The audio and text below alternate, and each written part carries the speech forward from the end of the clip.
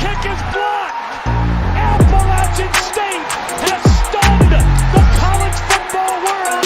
One of the greatest upsets in sports history.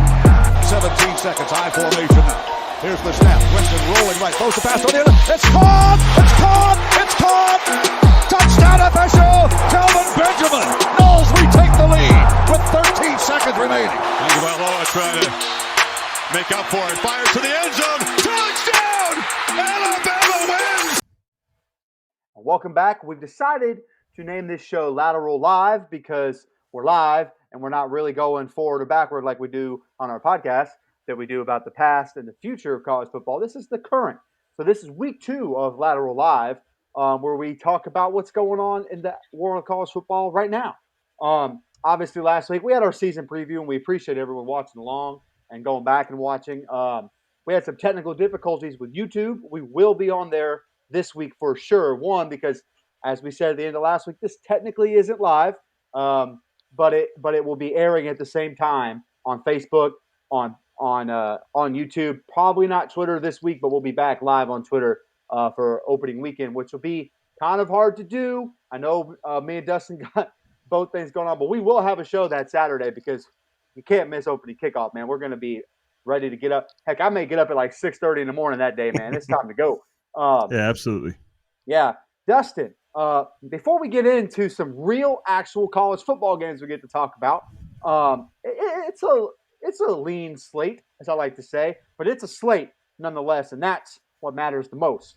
But earlier the week, we kind of touched on it last Saturday, but it became official on Tuesday that Pac-12, Big Ten, ACC forming some kind of alliance like it's 2001 and the World Wrestling Federation. We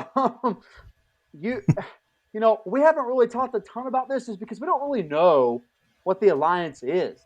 They had a press conference yesterday or, on Tuesday to talk about it. And they said a whole lot without saying actually anything. All 3 commissioners are on the call and all 41 school presidents are in union on, maybe some scheduling, some scheduling stuff where all those 3 conferences will continue to have a scheduling relationship down the road when it's able to actually do that because scheduling's done so far out, which is ridiculous.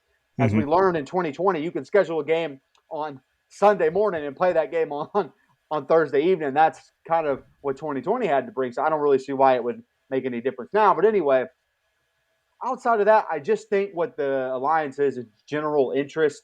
Those 3 conferences are aligned. I don't think it's against the SEC per se. Obviously, they are protecting themselves, though, as the playoff will expand. And we saw what the SEC did. They said, oh, yeah, let's push playoff expansion. That sounds like a great idea. Also, let's add 2 of the biggest brands in college football, which is almost guaranteeing us 6 spots in a 12-team playoff. So I definitely do not blame the other 3 leagues for getting together and saying, let's have each other's backs here. I did find it very peculiar, though, and I'll let you go, that no Big 12. Big 12 on the outside looking in yet again. Yeah, that was honestly, that was the biggest shocker of it for me because we'd heard rumblings of the Big 12 and the Pac-10 getting together well before this was ever rumored or announced. And I saw a tweet today that I thought was pretty funny. It said, "Here's basically what's going on," and it was a screen grab from Meet the Parents or Meet the Fockers. And it said "Circle of Trust," and then it said "You, SEC." And so it's basically these 3 conferences saying, "Yeah, SEC, we got our eyes on you, and we're going to try to keep things balanced." And by the way, I'm for it.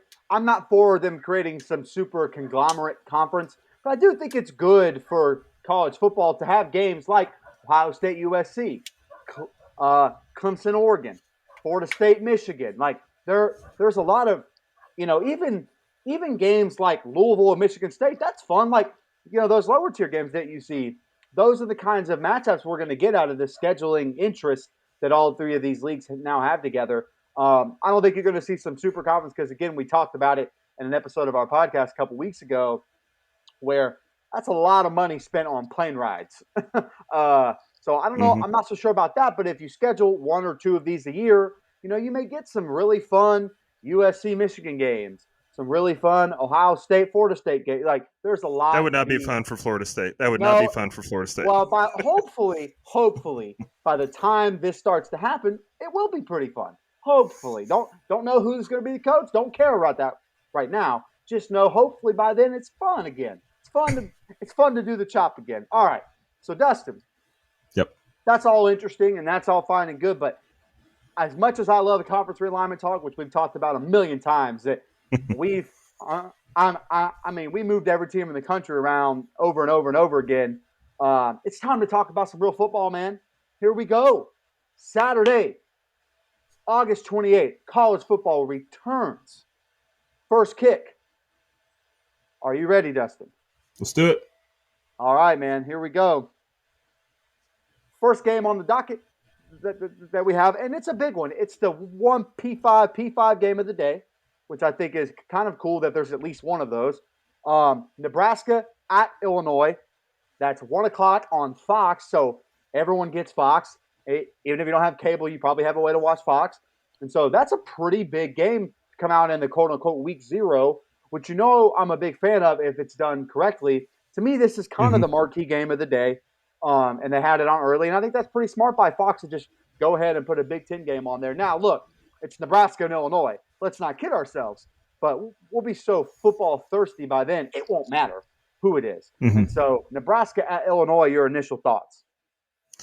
Well, my initial thoughts is, yes, it's football. I'm going to watch. Now, here's some behind the numbers information for you here. These two teams matched up last season. Illinois won 41-23. These are different times. There's going to be fans in the stands. There's a new regime at Illinois. So here's the thing: Nebraska, they've got a tough slate ahead of them. Scott Frost, his seat is sizzling, if you will. And another thing that doesn't bode well for them is Nebraska is just 2-4 against the spread. That's right. We're talking gambling on this show too, you degenerates. I got your back. You're right, so against the spread. The last 6 matchups against Illinois, Nebraska is just 2-4. But some things that are in their favor, Illinois is just 1-7 in its last 8 home games. So there's some things there.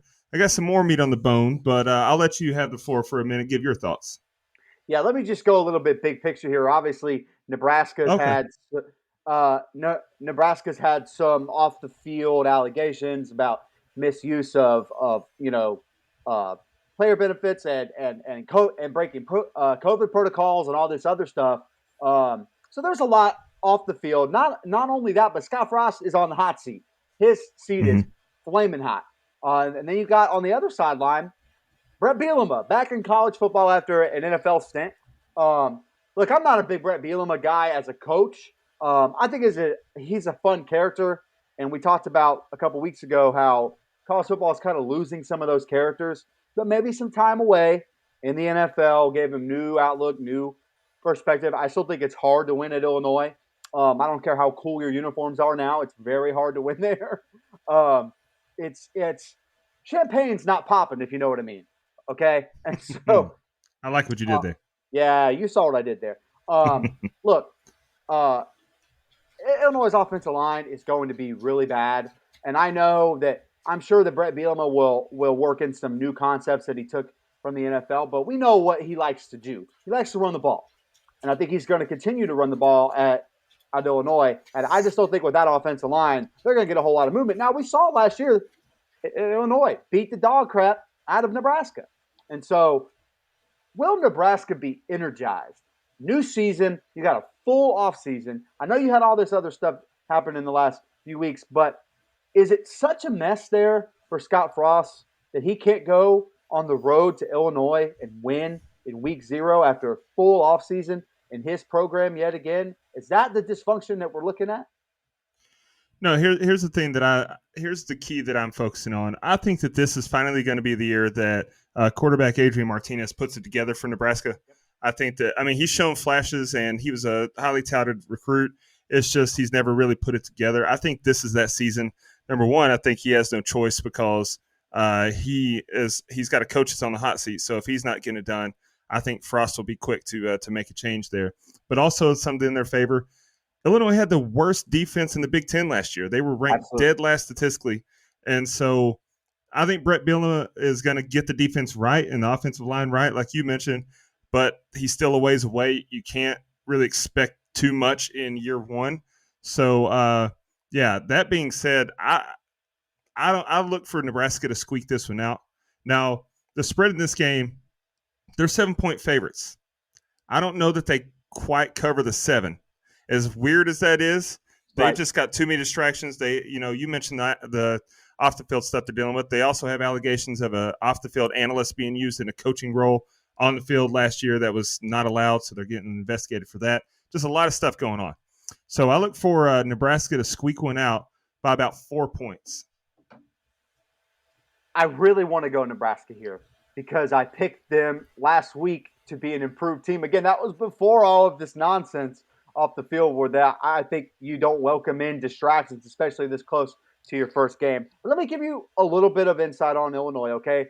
Remember, Brandon Peters is back at quarterback, and while he's not some elite talent, I do think he gives you a steady person back there. Like, he's not completely awful. Like, there's a lot of bad quarterback play, especially in the Big Ten West, and you're not getting that out of Brandon Peters. 1,884 yards last year, 18 touchdowns, 8 interceptions in 2019. Okay, now he came in to Illinois as a transfer, so I do think you've got a hand there that if they do decide to throw the ball, maybe that works. I know there's some talent there. It's not like Lovie Smith didn't recruit. We saw all the transfers that he brought in, and most of them are gone. So that's one way or the other. But like you said, worst defense in the Big Ten last year, going against an offense that I do think is talented. I think all the bad stuff that happened with Nebraska last year, I do think that offense is fast, much faster than it was 3 or 4 years ago under Mike Riley. And so I do think you're right. I think Nebraska pulls a win, but I do think it's close. I think, though, and I know I said champagne's not popping. I think there's a pretty good crowd on. There's a pretty good crowd on hand here. Look, I actually like Lovie Smith. I think it was a weird fit for him. I pulled for him quite a bit, actually. He had that big win over Wisconsin a couple years ago, and they qualified for a bowl game under Lovie Smith in his final season, if I'm not mistaken, or that may have been 2019. Yeah, so sorry about that, a little production snafu. But as we were talking about Illinois, Nebraska, I agree with you. I think Nebraska pulls out a win. I think it's close. I don't think they cover that spread. But I like the offense enough. They score enough points against one of the worst returning defenses in the conference. So I got to go with the Huskers as well. Absolutely. Okay. The only other big game of that day, if you want to call it that, is Hawaii at UCLA. This is on ESPN at 3:30. I want to say it's the only other game on Saturday that involves a Power 5 team. That would be UCLA. I talked a little bit about UCLA last week, how as much as it hurt my Philadelphia Eagle heart to say this, I think Chip Kelly is going to be fine there. I really do. I think that's a sneaky good team in the Pac-12 this year. I love their offensive line. I love their skill talent out wide. I think while it was always going to take Chip a while to recruit the kind of player that he wants at the skill positions. I think they have some of those now, and they definitely have their quarterback. So I think it should be an exciting team to watch. Hawaii losing quite a bit, but I do love me some Todd Graham. It's unfortunate what he may have this season. Yeah, you mentioned Todd Graham. I mean, this guy's bounced around quite a bit, but he was very successful at Tulsa and had some success when he was at Arizona State. But I'm a fan of him as well. I think that he's going to be overmatched in this one. However, Chip Kelly, I think he's going to come out knowing that he needs a strong showing this season. So, hey, if we outclass an opponent, let's run it up. Let's score some points like we did at Oregon. And I think he's going to put some points on the board against Hawaii. Dorian Thompson-Robinson, he's a very good quarterback, and that UCLA offense returns almost everyone. Yep. And so, that's good for them. Some other things of note, Hawaii has won its last 5 home openers, though. So that's something there. or his last 5 season openers. Sorry. Yeah. And then yeah, UCLA is just 1-5 against the spread in its last 6 opening games. So I think they're going to hang some points on them. I think Hawaii might score some points as well. It's a 17-point spread. That's a lot of points. It is for a Chip Kelly team that hasn't really looked that great. But I think they end up covering, but they'll definitely win the game. I agree with you. I think UCLA wins, and I actually do think they cover that spread. God, I wish we could have gotten that last Nick Rolovich team against this version of UCLA. That would have been a lot of fun with Cole McDonald slinging it back there, quarterback. That would have been a lot of fun to see. I do think that Hawaii, I think it's a bowl team in the Mountain West, but I think they're not what they were, in 2019 at least. And so, not a whole lot more to say about Hawaii, but I am excited to watch the UCLA team again because it's kind of put up or shut up for Chip. We talked about it last week. He's not on the hot seat or anything, but I do think it's kind of like, all right, it's time to kind of show and prove what's going on here. So I think they get it done, and I think they have a big game coming up in a few weeks or next week. So that one should be pretty interesting. What's the time and network on that one? It is 3:30 ESPN, so a time everyone's very, very familiar with. 3:30. No, man, I need that one to be my midnight game. I need that one to be my 10 p.m. game. Come on. It's a 12:30 kick at the Rose Bowl, so that's how that goes. Yeah. All right. So those are the kind of games that we really from this coming up Saturday. As you hear this Saturday, those are the 2 big games of the day. There's some other fun games out here though. We're going to go rapid fire through these because, again, you don't need a bunch of detail breakdown about these games. But these games are on, and I wouldn't have put them on here if I didn't think they were worth at least a glimpse because, again, college football is back, man. All right, Dustin, do you have all the spreads in front of you? Let's do it. Okay, UConn at Fresno State. That is Saturday, 2:30, CBS Sports Network. Who you got? Fresno State's 26-point favorites. Kalen DeBoer is 70-6 as a head coach. They were just 3-3 last season, but UConn is bad. Go Bulldogs. They win and cover. Yeah, I like Fresno State big in this game. I don't think Randy Edsall's got that thing going back right yet. So give me Fresno State, who I do think is a pretty good football team going into this season. Here we go. UTEP at New Mexico State. This is a 9:30 kick. I don't think it's on any kind of like network television, but I think if you've looked hard enough, you could probably find a way to find it. Like I probably will, because this is a pseudo rivalry because El Paso being so close and all that stuff. So I'm gonna take UTEP, who I think is incrementally improving as a program, piece by piece. They're not great, but I do think they're not the worst program in college football like they were probably about 3 or 4 years ago. I think there's some incremental growth there. Give me the Miners. So this is our first disagreement on the show this week. Oh, here we go. I'm taking New Mexico State to not only cover the 8-point spread, but also win the game. They're 8-point dogs. I think they're going to win. Head coach Doug Martin, he's from about 30 minutes from where I live. So that's a plus. Got to stick with my East Tennessean. Plus, they got Frank Spaziani as the defense coordinator. I don't have pleasant things to say about him, but that's fine. I was going to say. New Mexico State didn't play ball in the fall. That's okay. They played a couple. I think they played a couple games in the spring. They may not have. I might be wrong on that. But regardless, go Aggies. They win and cover. It was so cool to see them make a bowl game a couple years ago. That was awesome. Even though I think it was like the Arizona Bowl or the New Mexico Bowl, whatever it was. But that's okay. All right. So Southern Utah at San Jose State. The only reason I had this one down here, one, it's the last game on of the day to 10 p.m. Eastern time. And we talked a lot about that San Jose State team last week. You're a little down on them. I'm still a little bullish on them because I think, Brent Brennan won't be the San Jose State coach next year. I think he'll be somewhere else. Greener pastures are ahead. I'm going to take the Spartans big against Southern Utah, but Southern Utah, no slouch. Well, they were a pretty bad team last year. So yeah, I'm going to go with normally no slouch. So I'm going to take San Jose State to win and cover the 21.5. Okay. Last game of the day to me, and this is one of the games I look forward to on week 0 every year. It's not the Celebration Bowl because that's at the end of the year, but it's a celebration kickoff where the MEAC and the SWAC have a team play each other, and I really enjoy that every year. And this is in Atlanta. I believe it's where the Falcons play. So North Carolina Central will play Alcorn State. Spread, who you got, Dustin? I think it's a 13.5-point spread for Alcorn State. This is a complete guess based off of the late, great Steve McNair. So I'm going to say Alcorn State wins and covers. I'm going to take Alcorn State because they're the more proven commodity in this game. They've been in the Celebration Bowl, once or twice in the last 5-6 years now. So I think they're a steady hand. So give me Alcorn State. Also, go Steve McNair, my man. Okay, so that's all for Saturday as far as games that are being played that might have your interest. We gave you spread, and by the way, I think Alcorn covers that spread. So we won't have a show until next Saturday morning. There's some games in between now and then. This is when the ball really starts to get rolling. But real quick, we have to cover this one that I do think is a better football game than people will think. Don't dismiss this football game. It's going to be in Montgomery, Alabama, in that stadium where they normally play the Camilla Bowl, if I'm not mistaken.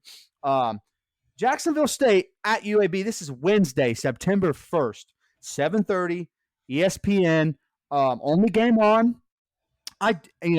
Jacksonville State, a respectable FCS program, a really, really good one. And then you got UAB, who rose from the ashes and has been a really consistent football team under Bill Clark. I'm going to go UAB because I picked them to win their side of the Conference USA, but don't be surprised at all if this game is really close in the fourth quarter. Yeah, I couldn't find a line on this game. It was hard.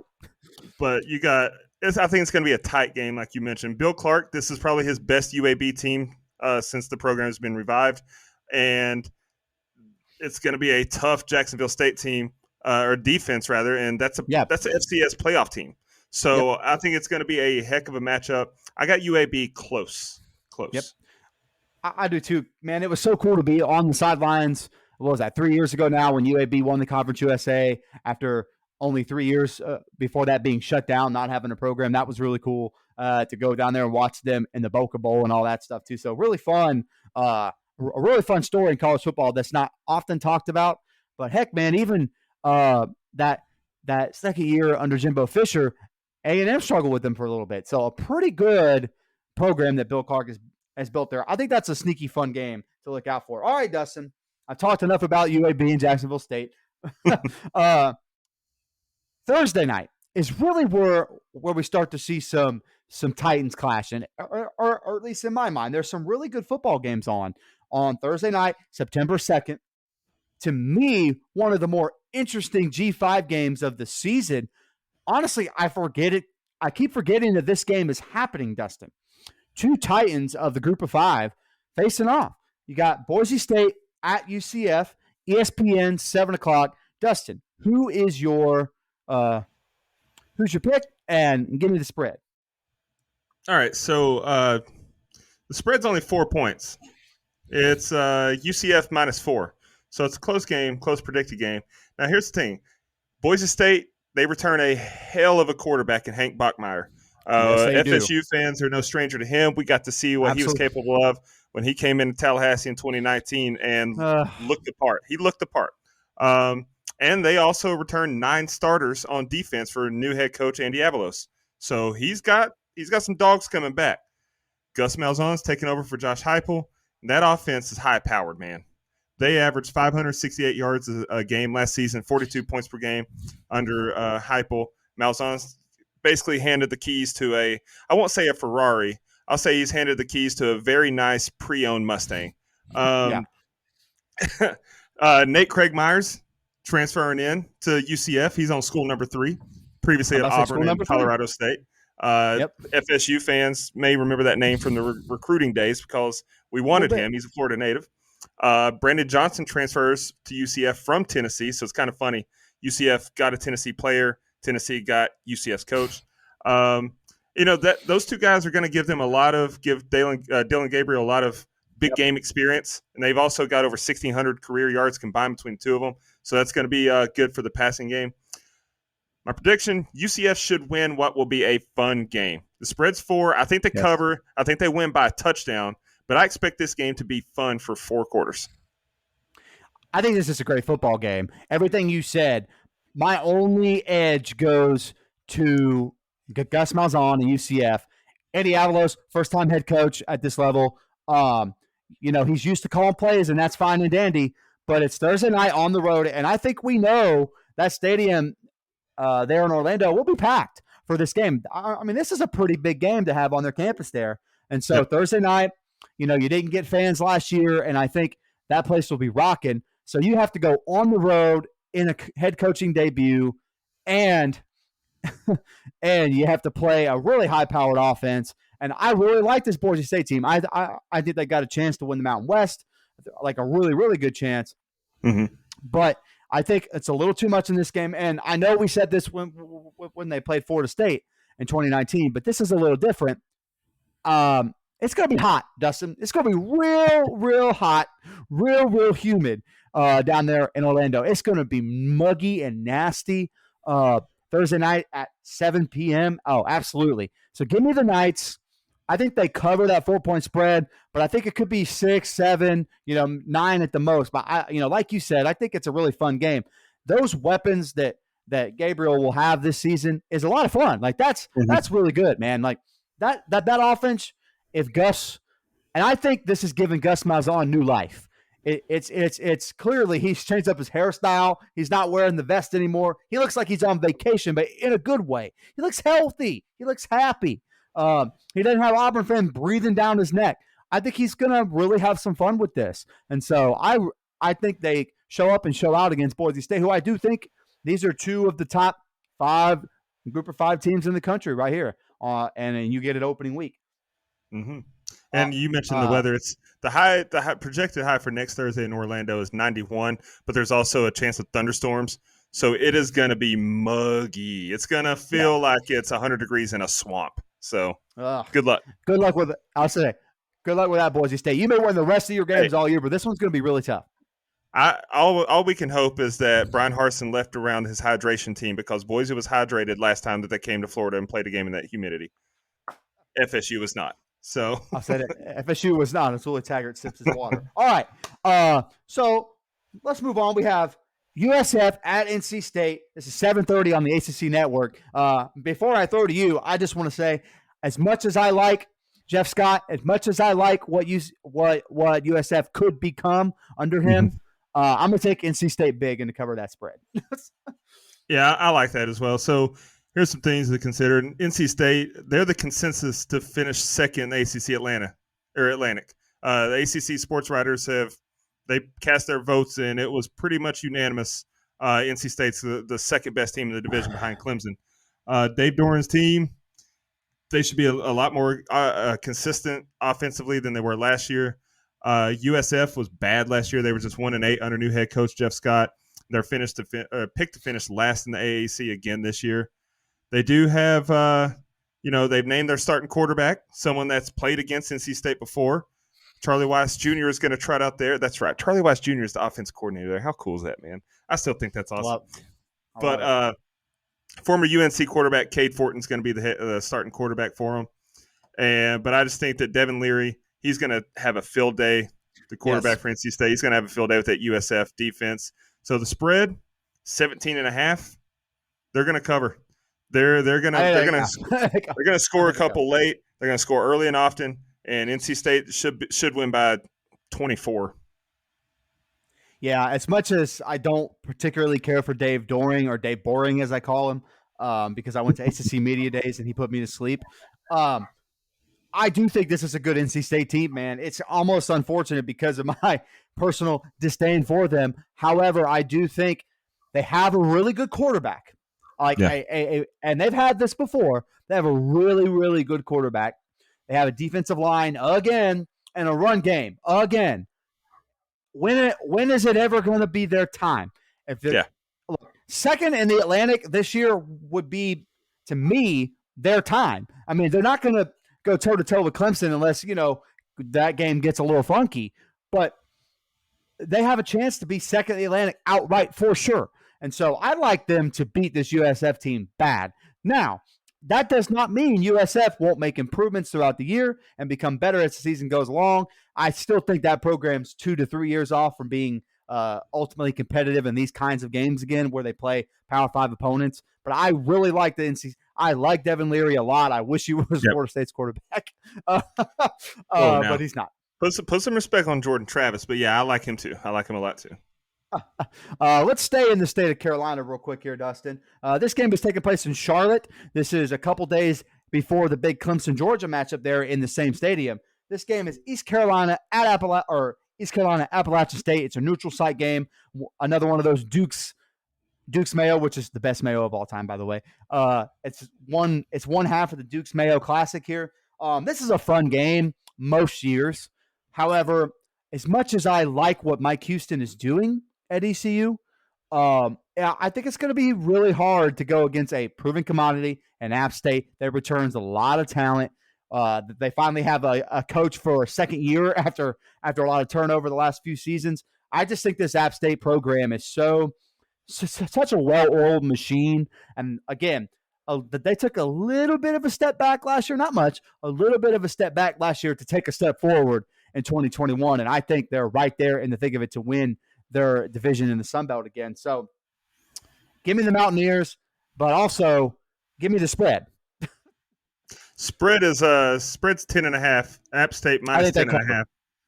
Yeah, so I don't. I think that ECU or App State's offense is high powered. Make no mistakes about it. But that ECU defense is better than people give them credit for. And so I look at this game to be a high scoring game, but one that, well, relatively high scoring, I should say. Because when I'm saying that their defense is good, and then I say high scoring game, that doesn't exactly equate to each other. But I think we're going to get a game probably in the mid 30s. I say App State maybe winning by 10. So I think they missed the spread by about a half a point, but I got App State. Okay. This game should be a consistent rivalry to me going forward. You're right there. You're both in the Carolinas. You both have identities as far as East Carolina over time and in its history has been an established football program within that state. And when you think about football in the state of North Carolina, the schools that care about it, NC State, App State, East Carolina, now UNC's kind of taking that next leap up and getting there. But really, when you thought about football in this state, it was those three programs. So it's really kind of fun to see these two teams going toe-to-toe. I think ECU may have a little bit of an identity problem as a program. But as far as this year's team, I think Mike Houston gets them back to respectability. I really, really do. I love the hire when they made it, and I'm sticking with that. But I just think this App State team's a little too much for them, so give me the Mountaineers. Great. And by covering, I mean like 12. Nothing crazy or anything. Just right. A pretty heck. It may even be some backdoor cover, which that's the first backdoor cover of the 2021 season, baby. Here we go. All right. So here's the big game of Thursday night. It's one that we talked about last week. I know this is going to be fun for you because of who you picked. You're rowing the boat, baby. You're in the boat and you're rowing, son. You're a rowing crew like our former boss, David Visser. This game is Ohio State at Minnesota. This is Fox.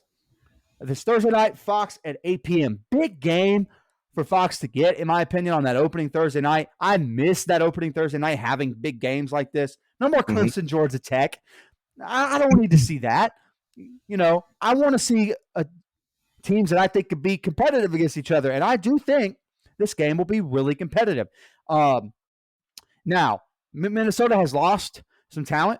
Okay, I don't think that's any secret. But so is Ohio State. I know they named the quarterback C.J. Stroud's going to be there as the QB taking snaps. We don't know much about him, and as far as Division I football playing, we don't know much about him, man. And so question marks there. There's question marks for Minnesota. Where I think the edge comes in, man, is this Ohio State team is just loaded through recruiting. I mean, they're loaded. I want to go Minnesota very badly, just because that's chaos right out the gate. That's fun. It's a night game at Minnesota. It's not a billion degrees below zero where there's snow on the sides of the stadium. It's a fun atmosphere. That place is going to be rocking. It's a really nice stadium. I like what PJ Fleck has done there.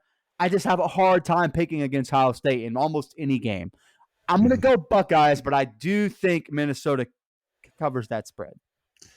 So, I mentioned it last week when we were talking about previewing the season. I think Minnesota is going to win the Big Ten West, But I also mentioned that it's a good thing they get this game early because I don't think it's going to be particularly close. So here's the thing. Last time these teams played was 2018. Ohio State won 30-14. That game was a lot closer than the score the score reflects. It was a fun game to watch. Minnesota looked good. Justin Fields is gone, but like you mentioned, they got C.J. Stroud named the starter. But even if they decide to pull him and go with Quinn Ewers, they'll be just fine. He was the number 1 overall recruit in the country last year. He's got a beautiful blonde flowing mullet. So yes, he does. Big things to come for that guy. But the difference is going to be Ohio State's offensive line is just going to be able to do whatever they want. They're going to bully them. They're going to keep the QB clean. They're going to clear the way for the running game. And Minnesota struggled with the running game last year on defense. So I think that Ohio State should run the ball early and often, especially under that new quarterback that we don't know much about. PJ Fleck, this is his best offensive line to date. And Tanner Morgan should be able to do some things through the air, but I just don't think it's going to be enough. So I expect Ohio State to win and cover the 13.5. But like I said, I expect Minnesota to continue rowing the boat after this one, bounce back and win the Big Ten West. Maybe we get a rematch in the championship game. Who knows? But I got Ohio State by about 17. That sounds right to me. I'll throw this question to you before we move on. Do you think it's better for Minnesota to keep this game close and lose a heartbreaker, or is it better to just have Ohio State win comfortably? Minnesota goes on about their business, recollects, regroups themselves, finds new focus, and by season's end, maybe they get a second shot at them. For Minnesota, I think it might work out in their favor if they lose by more than a couple touchdowns, just because it's no secret what kind of motivator PJ Fleck is. Right. Anything that he can use as motivation for his team, that guy, he's not just coach speak. He really uses his words to get the most out of his guys and get them to buy in completely. So if they go out in week 1 or week 0 and get embarrassed, and embarrasses losing by 2 scores in this, when you're talking about a team that won 11 games 2 years ago, as Minnesota did. If they go out and it's not particularly close in the 4th, he's going to use that as motivation. So I think if they hold on and they're in it to the end and they lose, the team might not buy in as much. He might not be able to fire them up and rally them as much, but I could be wrong. Right. Okay. So by the way, I do think Ohio State wins comfortably, but I think Minnesota has a chance to cover maybe late or something like that. All right. So let's move on to an old Big East football game. Dustin, here we go. These two teams are close to each other. And by the way, this is rapid fire now. So we're just kind of, some quick hitters here. Temple at Rutgers. New Jersey, Philadelphia, back at it again. An old Big East rivalry. I say that with air quotes. We talked about Rutgers last week. I think they're improving, and they're going to be even better next year. But I think this is a really good test. And by the way, this is 6:30 on the Big Ten Network on Thursday night, September 2nd. I like Rutgers. I like Rutgers big. Yeah, Rutgers is going to win. They're going to cover the 13 points. Schiano's team, they looked good at times this year, last year, but they're going to be even better this year. So Rutgers is going to win by more than 2 scores. And our last one for rapid fire, I only put this on here because you'll be attending this game. Bowling Green at Tennessee. This is 8 o'clock on the SEC Network. First game of the Josh Heupel era. You'll be there live. So who you got and what's the spread? Obviously, but before you go, Bowling Green is down bad. Bowling Green is down bad. I think their closest game last season, in a season in which they only played MAC opponents, I think their closest game was 27 points. They were bad last year. But this is a 34-point spread. That is a lot of points, especially for a first-year head coach that's taken over the biggest job of his career against an equally bad Tennessee team last year. They were not good. They lost a lot. They got a Michigan quarterback that failed at Michigan, Joe Milton. He's coming in, probably going to be the starter. I think that Tennessee wins easily, but I don't think they cover 34 just because that's an astronomical amount of points. I got something like a 28-3 final. Okay. All right. Here's a fun game. Are you ready? And we'll do one of these a week. All right. We're going to put it on the board or we're going to mark it down. You have Bowling Green covering that spread. 34 is a high. So right now I have it at 34. Is that what you said? Yep. Give me the Vols to cover that spread. I don't think highly of this Tennessee team, but I think that bad about this Bowling Green team. So you have Bowling Green covering. I have Tennessee covering. Whoever wins, that's Saturday or that, and Sunday when we meet up in Tallahassee, the other person owes no ice. Okay. We're going to do beer. All right. We're going to do a 6-pack of beer on a one game every week. And by the way, Okay. I know we'll be able to see each other, so we'll just keep a tally as the season goes along. Okay. Speaking of 6-packs of beer, I want it to be noted that next Thursday, when Tennessee kicks off against Bowling Green, I'm leaving work at 12 that day, and I'm starting tailgating then. So might be a rough night for you boys. So. We're as we record this, Dustin, we are almost a week out from having that Thursday night slate. That's exciting. I can't freaking wait.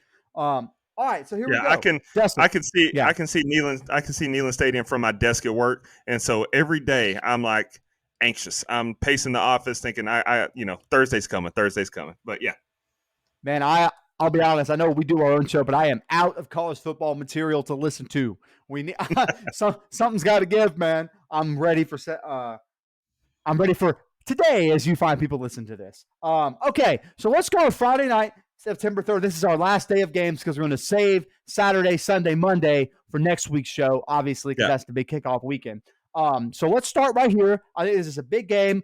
I got to, ask Mac Brown a question at ACC Media Days. I didn't ask him about this, but this game was brought up quite a bit, and I do think it is a tough out for a really good North Carolina team. So North Carolina will go on the road at Virginia Tech, Lane Stadium. Inner Sandman's going to be pumping. This is September 3rd at 6 o'clock on ESPN. So a pretty early kick there for the Hokies, but I still think that stadium will be loud and raucous regardless. North Carolina's coming in. We both picked them to win the ACC Coastal. A lot of hype behind Sam Howell and everything. So who do you think gets the win, and who do you think gets the spread? So it's a 5.5-point spread in UNC's favor. So like I said, this is Justin Fuente's prove-it season for me. He's got to show that he can win some big ball games and look good doing it. So he can't afford to come out here and get boat raced by UNC. But UNC, they're my pick to win the ACC Coastal, of course. But it's behind the arm of the Heisman winner, Sam Howell. Yeah, I called it Heisman winner, so remember this. And Hall of Fame coach Mac Brown obviously has that team looking good. Last year's game was a shootout, 56-45. UNC won. UNC did lose its 2 best receivers and its 2 best running backs to the draft, but Tennessee transfer Ty Chandler is going to come in and take over the running back role. He's more than capable.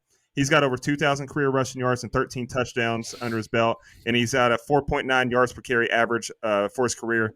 He'll be just fine in the ugly Carolina blue that they wear.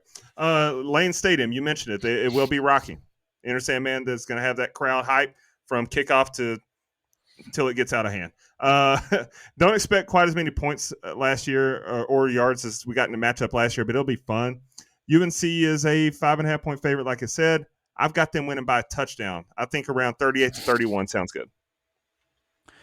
I think this is a game that North Carolina struggles in early. And the only reason I said that one on the road Friday night, that crowd, you have a lot of hype behind you, a lot of pressure on you. And I think it's going to take them a little bit to settle in. You're going to see Virginia Tech kind of play up. And I do think they're capable of playing up. I'm not down on Virginia Tech. Now, like you said, I need Justin Fuente to prove himself this year. But I think that's a team, as far as the defensive line goes and stuff like that, like they'll be able to kind of mitigate some of the run game that I think North Carolina would like to do. I still have question marks about North Carolina's defense. I love the coordinator. I'm a little worried about the back end, like we said. If Virginia Tech can find some success through the air early, it could be, like you said, a high-scoring affair again. I'll take North Carolina on the road because I do think they're the better football team. 5.5 to me is quite a bit. I'm thinking more along the lines of a 34-31 or 34-30 type game, and I do think that North Carolina wins. Looks good doing it, by the way. That's no knock. A 4-point win on the road on a Friday night, opening kick against Virginia Tech is a good win, no matter how you get it. So 34-30, something around that ballpark. I think 5.5 is a little bit, but you could be right. A touchdown wouldn't surprise me either. But I think either a late cover or a no cover for the Tar Heels there. So look, this Friday night slate is a little lean, okay, but a pretty fun game in the Big Ten. We both love Pat Fitzgerald and what he does at Northwestern, or at least I do. I know we've talked about it before. We love that he's turned them into that he's turned them into something respectable. And that he hasn't left because he's had chances. Oh, well, yeah. I mean, I'll be honest, I probably would have. Yeah. Same. I mean, I'm just being honest. I mean, I'm pretty sure the Chicago Bears came calling a couple times, and he said no. So, he really is invested in that program. They were really good last year, Dustin, as far as just all the little things. They ran the ball okay. They threw the ball okay. They had good turnover luck. Their defense, they played well for a while in that Big Ten title game against Ohio State. So this Northwestern team is pretty good. They'll host a Michigan State team that I think is going to be okay. But I think in week one against an established program in Northwestern, it's going to be very, very difficult to go on the road and win that game at 9 o'clock at night. And I know it's not like Northwestern has some big time atmosphere. It's like playing at Stanford, like, okay, fine, whatever. But I think Northwestern is a really solid program. And, Northwestern's a little weird in openers under Pat Fitzgerald. I've noticed, if you go back and look, they have the games against Duke and Stanford and schools like that where they kind of struggle in openers. But this is a little different. It's a Friday night. And by the way, this is ESPN 9 o'clock kick. Give me the Wildcats. Give me Northwestern to win. I also think they cover. Okay. Yeah, it's a 4-point spread there. So last year, this Northwestern team, they were good. Mike Bajaki, an offense coordinator, he came in last year as the first year in Northwestern. Listen, he took over an offense that was that offense 2019 was putrid. Awful. Bad football. Bad. And they looked good last year. I mean, heck, they went 7-2. Their only losses were Ohio State in the Big Ten championship, like you said, and the other loss was Michigan State, 29-20. Mel Tucker. Hey. Now, I like Mel Tucker. I do too. I'm a fan of Mel Tucker. Absolutely. So that Northwestern team, like I said, went 7-2. Michigan State won only 2 games, the Northwestern game, and then they beat Michigan by 3 in week 2. But I remember. But the rest, that was not a good look for Harbaugh. But the rest of their games were not close. Their closest loss was 11 points. Now, Northwestern did settle their quarterback debate. 2 transfers battling out for jobs. Hunter Johnson was named the starter. He beat Ryan Helsinki for the quarterback job. So it's just another instance of Clemson beating South Carolina. Sorry, I had to. Right. It's true. I think Mel Tucker's defense is going to be the highlight of this Spartan team this season.